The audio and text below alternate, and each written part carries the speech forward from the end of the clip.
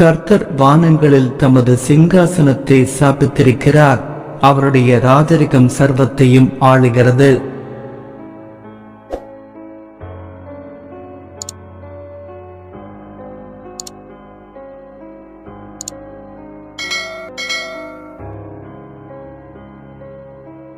என் ஆலோசனை நிலைநிற்கும். எனக்கு சித்தமானவைகளை எல்லாம் செய்வேன்.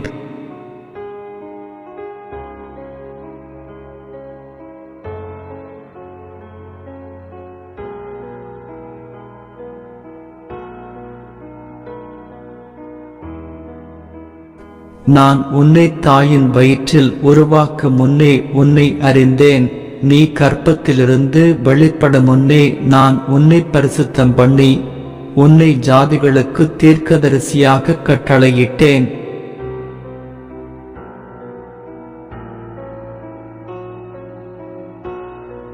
முன்னே அந்நியராயும் துர்க்கிரியைகளினால் மனதிலே சத்துருக்களாயுமிருந்த உங்களையும் பரிசுத்தராகவும் குற்றமற்றவர்களாகவும் கண்டிக்கப்படாதவர்களாகவும் தமக்கு முன் நிறுத்தும்படியாக அவருடைய மாம்ச சரீரத்தில் அடைந்த மரணத்தினாலே இப்பொழுது ஒப்புரவாக்கினார். உன் மீறுதல்களை மேகத்தைப் போலவும் உன் பாவங்களை கார்மேகத்தைப் போலவும் அகற்றிவிட்டேன். என்னிடத்தில் திரும்பு, உன்னை நான் மீட்டுக் கொண்டேன்.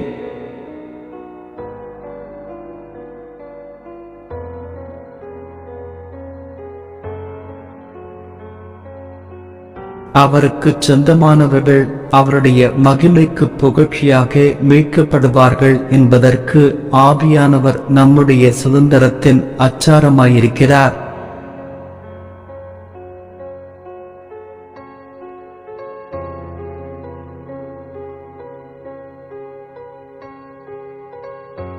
அப்போது நான் உங்களை ஏற்றுக்கொண்டு உங்களுக்கு பிதாவாயிருப்பேன்.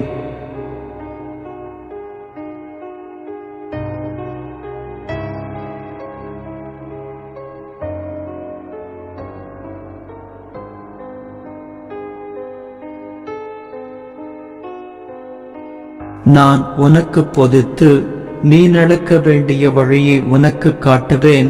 உன்மேல் என் கண்ணை வைத்து உனக்கு ஆலோசனை சொல்லுவேன்.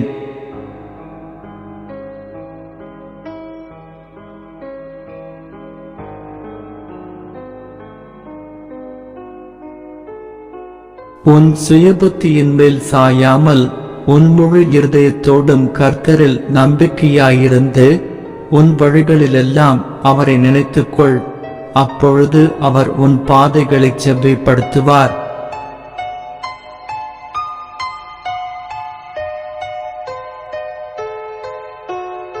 சமாதானத்தின் கர்த்தர் தாமே எப்பொழுதும் சகல விதத்திலும் உங்களுக்கு சமாதானத்தை தந்தருளுவாராக. கர்த்தர் உங்கள் அனைவரோடும் கூட இருப்பாராக.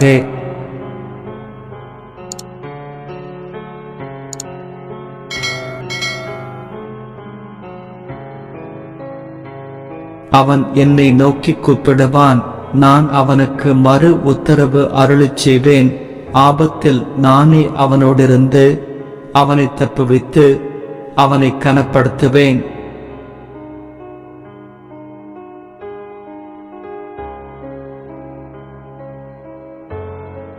நீர் எனக்கு அடைக்கலமும் சத்துருவுக்கு எதிரே பலத்த துருக்கமுமாயிருந்தீர்.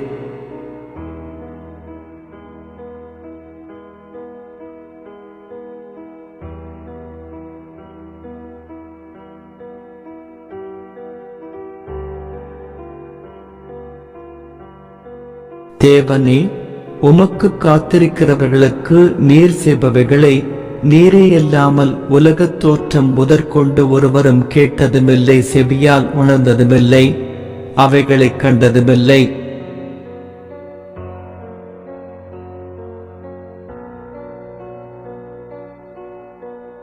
அன்பு ஒரு காலம் ஒழியாது.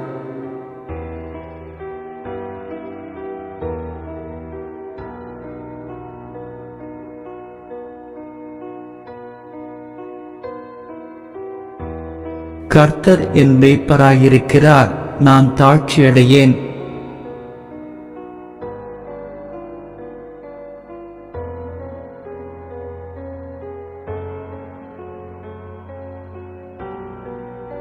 அவைகளை என் பிதாவின் கையிலிருந்து பறித்துக்கொள்ள ஒருவனாலும் கூடாது.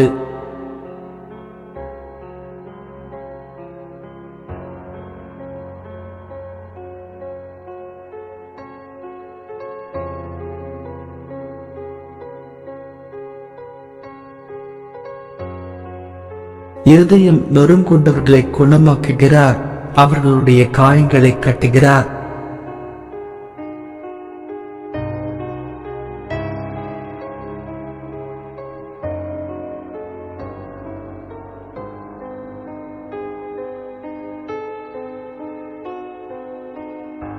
துயரப்படுகிறவர்கள் பாக்கியவான்கள், அவர்கள் ஆறுதலடைவார்கள்.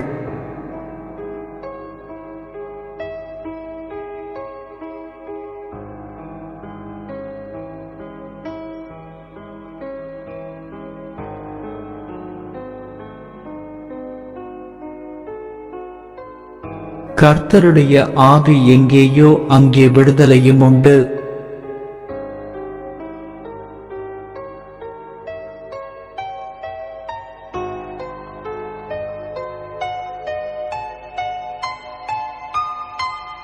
தேவன் நம்மேல் வைத்திருக்கிற அன்பை நாம் அறிந்து விசுவாசித்திருக்கிறோம். தேவன் அன்பாகவே இருக்கிறார். அன்பில் நிலைத்திருக்கிறவன் தேவனில் நிலைத்திருக்கிறான், தேவனும் அவனில் நிலைத்திருக்கிறார்.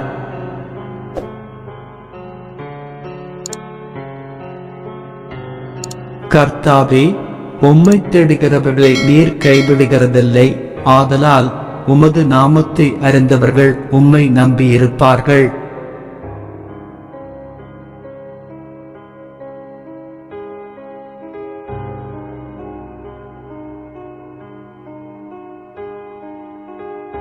தேவன் தனிமையானவர்களுக்கு வீடுவாசல் ஏற்படுத்தி கட்டுண்டவர்களை விடுதலையாக்குகிறார்.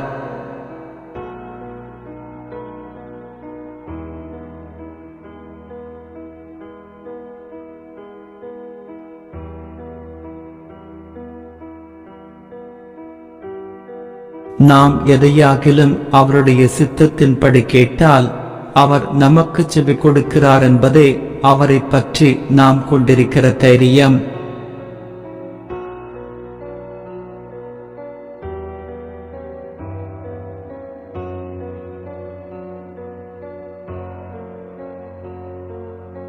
தேவனிடத்தில் சேருகிறவன் அவர் உண்டென்றும் அவர் தம்மை தேடுகிறவர்களுக்கு பலன் அளிக்கிறவர் என்றும் விசுவாசிக்க வேண்டும்.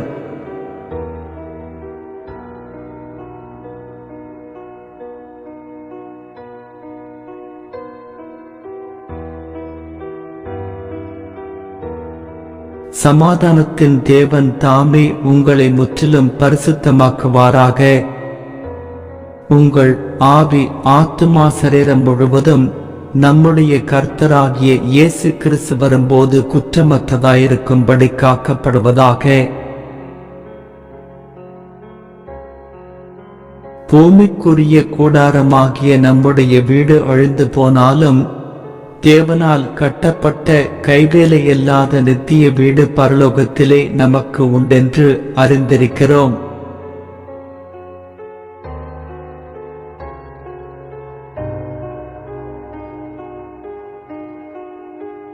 நான் ஜெயங்கொண்டு என் பிதாவினுடைய சிங்காசனத்திலே அவரோடே கூட உட்கார்ந்தது போல ஜெயங்கொள்ளுகிறவனெவனோ அவனும் என்னுடைய சிங்காசனத்தில் என்னோடே கூட உட்காரும்படிக்கு அருள் செய்வேன்.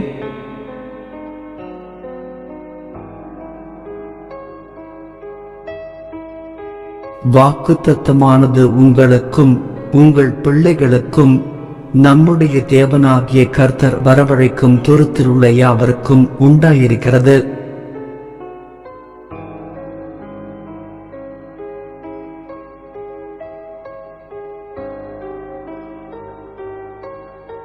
அவைகளெல்லாம் உங்களுக்கு நிறைவேறிற்று. அவைகளில் ஒரு வார்த்தையும் தவறிப் போகவில்லை.